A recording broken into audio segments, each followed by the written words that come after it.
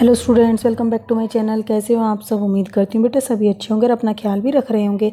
तो बेटा आज हम करने जा रहे हैं अपनी वर्कशीट नंबर 5 मैथमेटिक्स की है बेटा, 7th क्लास की है। ठीक है, 6 तारीख की आपकी ये वर्कशीट है जिसमें हम चैप्टर में पढ़ रहे हैं प्रोबेबिलिटी के बारे में। ठीक है, प्रोबेबिलिटी होता क्या है। तो चलिए स्टार्ट करते हैं। इंग्लिश मीडियम में बेटा, हिंदी मीडियम के लिए बन चुकी है तो आप वहाँ से चेक कर लेना।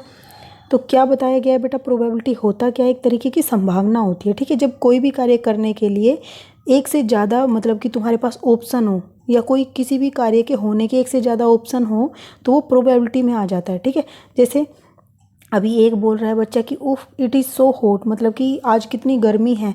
May be it will rain today, हो सकता है कि आज बारिश हो। ठीक है, फिर ये बोलता है कि नो इट मे नॉट, मतलब कि बारिश नहीं होगी। ठीक है, तो वो ये बोल रहा है। तो अब दो तरीके की बातें होगी, एक बोल रहा है कि बारिश होगी, एक बोल रहा है कि बारिश नहीं होगी। तो अब ये हो गई हमारी प्रोबेबिलिटी के अंदर आ जाता है। ठीक है, संभावनाएं जो होती है वो हमारी आ जाती हैं प्रोबेबिलिटी के अंदर। In our daily life, in our daily conversation we use probability very often. तो बेटा हम अपनी डेली लाइफ में इस तरीके की बातें करते रहते हैं कि आज ऐसा होगा और दूसरा कोई कहेगा नहीं आज ऐसा नहीं होगा। ठीक है, as there are situations in our life that are certain to happen, some that are impossible and some that may और मे नॉट हैपन। तो दो तीन तरीके की जो ऐसी बातें होती है बेटा, जो होती है हमारी डेली लाइफ में, ऐसी सिचुएशन क्रिएट होती है। तो एक सिचुएशन में तो ऐसा लगता है कि वो चीज़ होगी और दूसरी सिचुएशन में ऐसा लगता है कि ऐसा तो हो ही नहीं सकता, और तीसरी सिचुएशन में ऐसा लगता है कि हो भी सकता है और नहीं भी हो सकता है। ठीक है, तो ये तीन तरीके की होती है। इन्हीं तीन तरीके के बेसिस पर हम निकालते हैं किसी भी मतलब की चीज़ की प्रोबेबिलिटी निकालते हैं। Okay, the situation that may और may not be happen has a chance of happening. ठीक है, तो जो वो सिचुएशन होती है बेटा कि मतलब कि ऐसा हो भी सकता है और नहीं भी हो सकता, तो उसके अंदर एक मतलब कुछ ना कुछ चांस होते हैं, पर कुछ ना कुछ परसेंटेज मतलब कि चांस की होती है कि हो जाए। ठीक है, और जो हमें पता है कि ऐसा होगा ही नहीं वो तो निश्चित हो गया, और जो हमें पता है कि ऐसा होगा वो भी निश्चित हो गया। बस इसके अंदर मतलब इस वाली सिचुएशन के अंदर डाउट रहता है कि ऐसा हो भी सकता है और नहीं भी, तो इसकी हम प्रोबेबिलिटी निकालते हैं। The chance of an event will occur और नॉट इज प्रोबेबिलिटी। तो ये हमारी प्रोबेबिलिटी कहलाती है कि जब क्या होता है कोई चीज़ हो सकती है और नहीं भी हो सकती, तो वो जो चांस होते हैं उसके होने के और ना होने के, वो उसकी प्रोबेबिलिटी होती है। ठीक है, कैसे निकालते हैं? तो बेटा probability of occurrence of an event. ठीक है, तो प्रोबेबिलिटी है बेटा जो किसी भी चीज़ की या किसी भी इवेंट के होने की या ना होने की, वो क्या कहलाती है? उसको होने के कितने चांसेस हैं, उसको अगर हम डिवाइड कर दें कि कुल कितने चांस हैं। मतलब कि देखो ऐसे समझो बेटा कि एक साल के अंदर कितनी मतलब कि सीजन आते हैं तुम्हारे, चार आते हैं। ठीक है, तो चार में से अब मतलब कि जो तुम्हारा रेनी सीजन है बेटा वो कितने बार आता है? इस साल में एक ही बार आता है, तो उसका चांस क्या हो गया बेटा? एक हो गया। ठीक है, लेकिन टोटल चांसेस कितने हैं? टोटल सीजन कितने आते हैं बेटा? 4 आते हैं। तो ये आपके होते हैं टोटल नंबर ऑफ आउटकम्स, मतलब कि जो होएंगे जरूर होएंगे, और ये होते हैं बेटा कि जो एक बार हो रहा है, ये संभावनाएं सिर्फ एक ही बार होने का चांस है जिसका।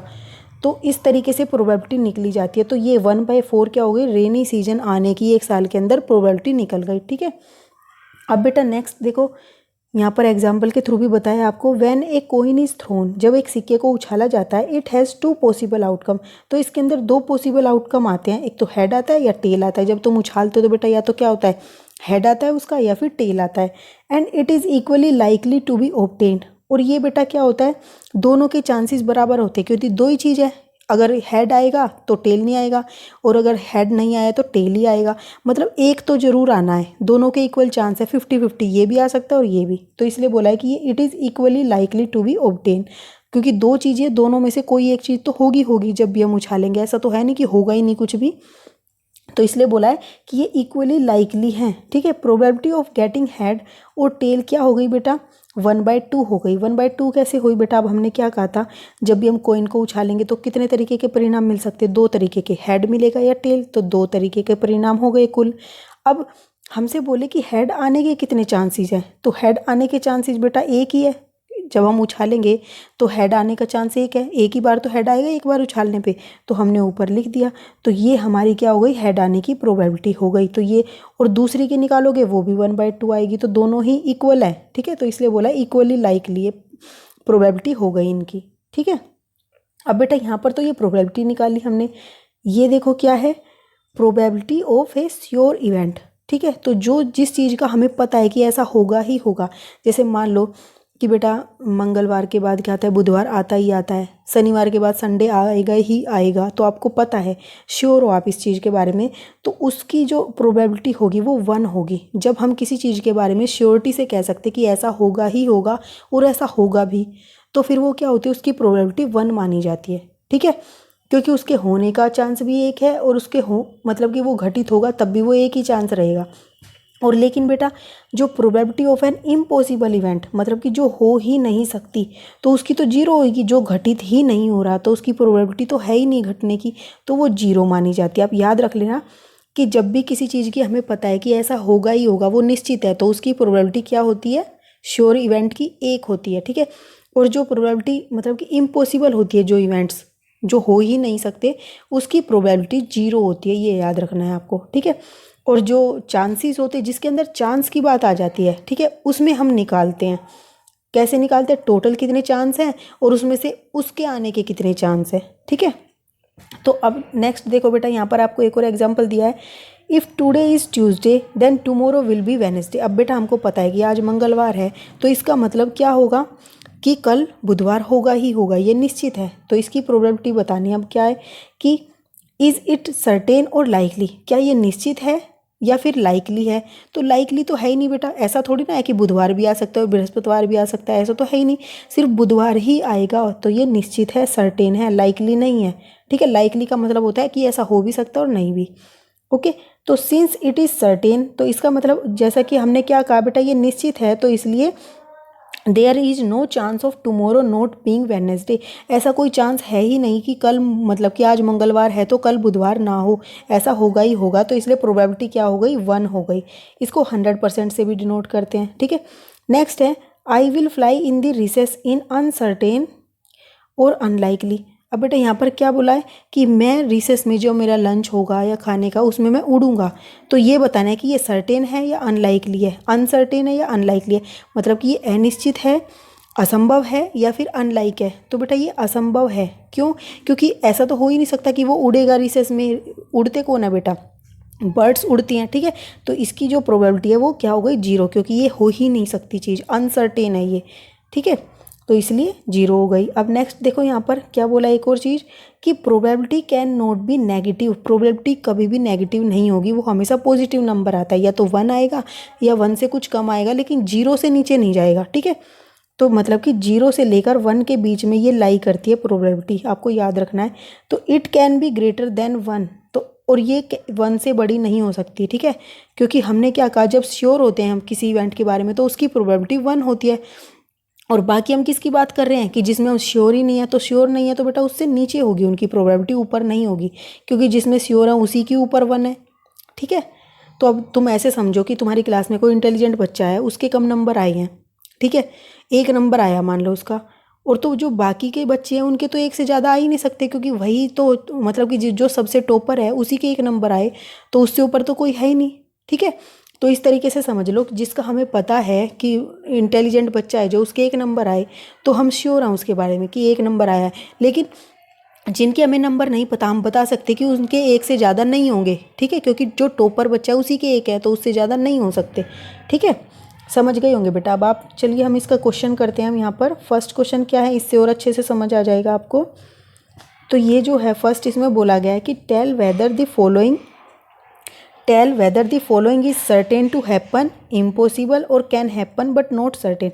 मतलब कि ये बताना है कि कोई चीज़ घटित होगी या नहीं होगी, इम्पॉसिबल है घटित होना, या फिर हो भी सकती है परंतु निश्चित नहीं है। तो क्या करोगे बेटा, देखो first, you are older today than yesterday, कि आप कल से ज़्यादा बड़े हो गए हो आयु में। तो हाँ बेटा, एक दिन हमारा उम्र का बढ़ गया है, तो ये श्योर है, तो यहाँ पर क्या लिखोगे, हैपन। ठीक है, तो ये क्या हो गई, हैपन।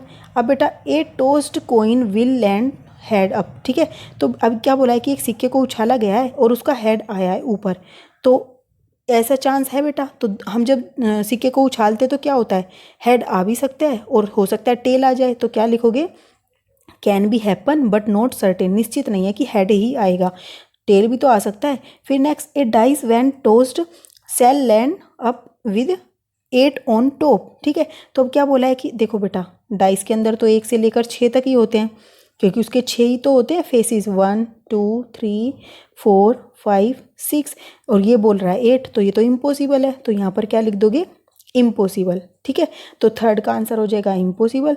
फिर फोर्थ बोला है बेटा the next traffic light seen will be green, तो जो अगली ट्रैफिक लाइट होगी वो ग्रीन होगी। इसका मतलब अभी रेड है तो उसके बाद ग्रीन होगी। अगर येलो लाइट नहीं हुई बेटा वहाँ तो ग्रीन होगी, ये निश्चित हो जाएगा। तो आप यहाँ लिख सकते हो सर्टेन।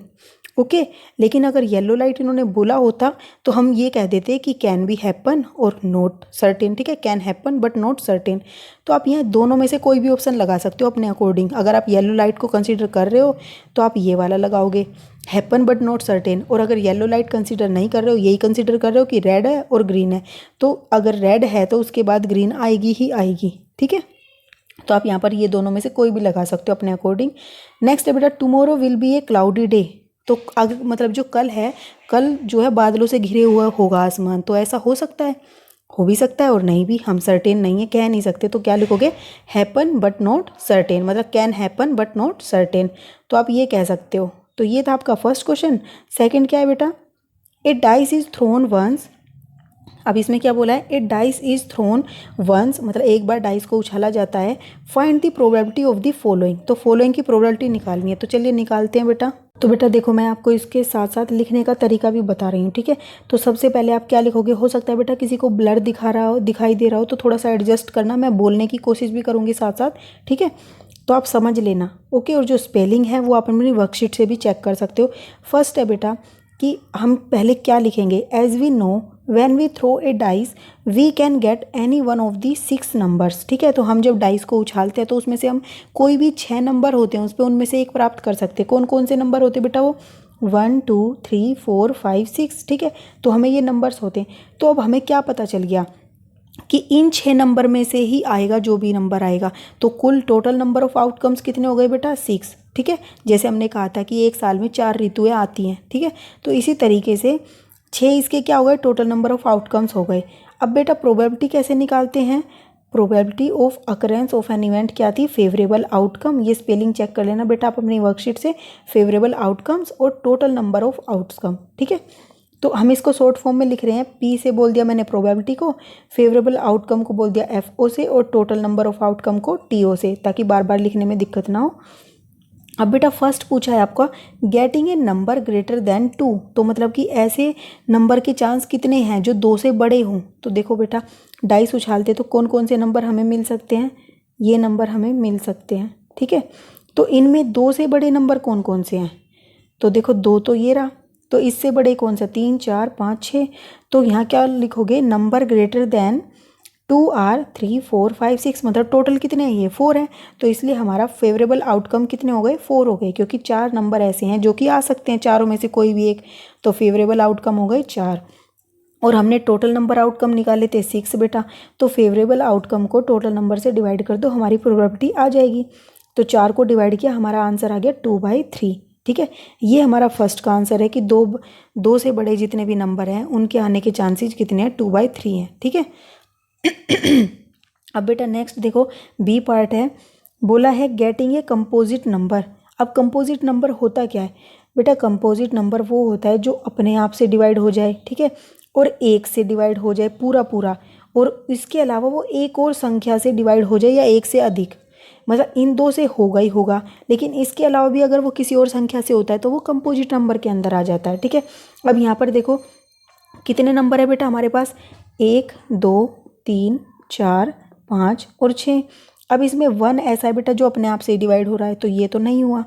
2 ऐसा है बेटा 1 से भी हो रहा है और अपने आप से भी हो रहा है, लेकिन किसी और नंबर से नहीं हो रहा, तो ये भी नहीं है।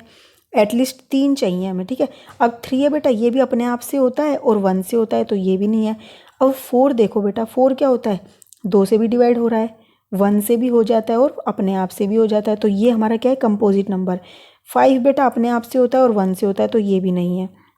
6 बेटा क्या है, देखो 2 से भी होता है, 3 से भी होता है, अपने आप से भी होता है और 1 से भी होता है, तो ये भी हमारा क्या है, कंपोजिट नंबर। तो 2 कंपोजिट नंबर हमें मिले यहाँ पर। तो there are 2 composite number 4 and 6, तो इसलिए फेवरेबल आउटकम कितने हो गए, 2। टोटल नंबर ऑफ आउटकम कितने हैं, 6 हैं, तो इसलिए प्रोबेबिलिटी कितनी आ जाएगी बेटा, 2 को 6 से डिवाइड कर दो तो 1/3 हमारी प्रोबेबिलिटी आ जाएगी। 2 को 6 से डिवाइड कर दो तो 1/3 हमारी प्रोबेबिलिटी आ जाएगी। प्रोबेबिलिटी आ जाएगी। ठीक है, कंपोजिट नंबर गेट करने की। अब बेटा देखो थर्ड क्या बोला है उसने कि getting an odd natural number.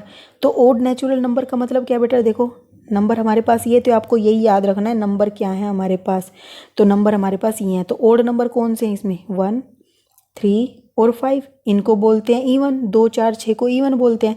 तो कितने हो गए, ओड नेचुरल नंबर्स आर 1, 3, 5, मतलब कि 3 है टोटल फेवरेबल आउटकम्स। ठीक है, तो टोटल नंबर ऑफ आउटकम हमें पता है 6 हैं, तो इसको डिवाइड करो 3/6, तो हमारा ये आंसर आ जाएगा। ठीक है, अब नेक्स्ट बेटा देखो डी में क्या पूछा है, getting an even prime number. तो प्राइम नंबर क्या होते हैं बेटा, जो 2 से भाग नहीं हो सकते, जो सिर्फ क्या हो, अपने आप से भाग होते हैं और या 1 से भाग होते हैं। तो देखो 1, 2, 3, 4, 5, 6। ठीक है, तो ये है बेटा। अब यहाँ पर प्राइम नंबर कौन कौन से है, 1 है, 3 है, 2 है, 2 भी प्राइम नंबर है। ओके, और यहाँ पर 5, ये प्राइम नंबर है। अब बेटा इनमें आपको क्या बोला है, इवन प्राइम नंबर। तो इवन प्राइम नंबर कौन सा होगा, तो इवन तो बेटा यही वाला है। ठीक है, क्योंकि जो इवन कौन होता है, जो 2 से भाग हो सके, तो 2 से ये भाग हो जाता है, बाकी के ये नंबर होते नहीं है प्राइम नंबर 2 से भाग, तो ये इवन प्राइम नंबर हो गया। तो यहाँ पर एक ही है ऐसा नंबर, तो इसलिए क्या लिखोगे, फेवरेबल आउटकम कितने हो गए, 1, और टोटल 6 है, तो इसलिए प्रोबेबिलिटी कितनी आ गई, 1/6 आ गई। इसके आने की चांस कितने हैं, 1/6। ठीक है, तो ये थी बेटा आपकी आज की वर्कशीट। उम्मीद करती हूँ आपको अच्छे से समझ आ गई होगी। फिर भी कोई डाउट रह जाए तो कमेंट बॉक्स में पूछ लेना। इस वीडियो में इतना ही। अपना जो नेक्स्ट टॉपिक होगा हम अपनी नेक्स्ट वीडियो में करेंगे। तब तक के लिए ऐसे हंसते रहिए, मुस्कुराते रहिए, पढ़ते रहिए और आगे बढ़ते रहिए। Thank you.